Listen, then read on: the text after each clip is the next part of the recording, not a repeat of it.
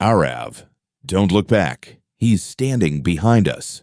There was an old hospital on the outskirts of town, St. Mary's Hospital. It was once considered the city's largest. People said that renowned doctors worked there, and dozens of patients' lives were saved every day. But one night, something happened that closed the hospital forever. It is said that a renowned surgeon was operating on a patient in the operating theater that night. Suddenly, the power went out, and a few minutes later, terrifying screams were heard from inside. When people got inside, the operating theater was filled with blood. Both the patient and the surgeon were missing. After that day, the hospital closed. But even today, people in the city say that sometimes lights flicker on there in the dark of night, and the sound of someone walking can be heard from the operating theater. One night, two friends, Aarav and Neha, decide to go to that hospital to show their courage among their friends.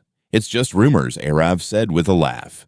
"There are no ghosts." Neha was a little scared, but she gathered courage. At around 11 p.m., they were standing in front of the broken hospital gate. A cold breeze was blowing. The rusted board still read St. Mary Hospital. As soon as they pushed the gate, a terrifying creak sound echoed. It was completely dark inside. The paint on the walls had peeled off. Broken stretchers lay everywhere, and red marks of dried blood appeared on some of the walls. Neha asked softly, "Aarav, should we really go inside?" Aarav turned on his mobile flashlight and said, "We'll just wait for 5 minutes and then leave." They both slowly began moving inside. Suddenly, there was the sound of something falling from the upper floor.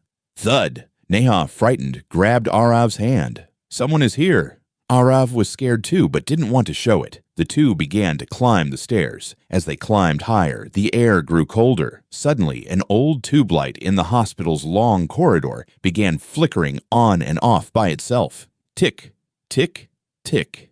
In its white light, a shadow appeared at the end of the corridor. A tall man, in doctor's clothing. Neha spoke in a trembling voice. "Aarav, who is he?" Aarav turned the flashlight in that direction, but there was no one there. "Maybe it's just our eyes deceiving us," he said, but the fear in his voice was clear.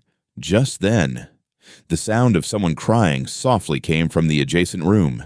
They both opened the door. The room was empty, but in the middle of the room, an old wheelchair was moving on its own. Chirr. Sure. Neha was now completely terrified. "We should get out of here." Just then, the hospital speakers suddenly turned on. A broken voice echoed, "The operation is about to begin." And then a strange beeping sound spread throughout the hospital. Suddenly, the operating theater at the end of the corridor began to open on its own. Chee!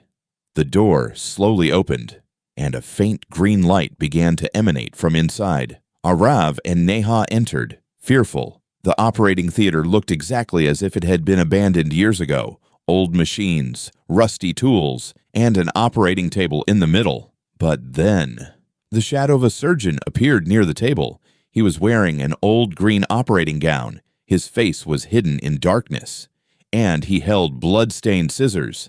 Neha's breath stopped. "Aarav, look at that." The surgeon slowly turned toward them. His eyes were completely black, and a terrifying smile was on his face. Just then, the old screen on the operating theater wall turned on by itself. On it, patients were visible. The operation list began to appear. Names scrolled one by one. Then suddenly, the screen stopped. Aarav saw. His name was written there. Patient Aarav Sharma. Beneath it was written, "Operation time, 11:59 p.m." Aarav's mobile phone fell from his hand. Neha screamed. At that very moment, the operation theater door closed automatically. Bang! All the lights in the room went red. The surgeon slowly started moving towards them. Knock, knock, knock. The bloody scissors in his hand were scraping against the floor. Aarav and Neha started banging on the door with all their might. Finally, the door opened, and they both ran out of the hospital, saving their lives. They heard the same voice behind them. "The operation is incomplete." They both disappeared into the darkness, screaming. The next morning, a small news item had appeared in the city newspaper. 2 screams were heard from the old St. Mary's Hospital at night. But when the police arrived, no one was found inside. And in the photo below, the news.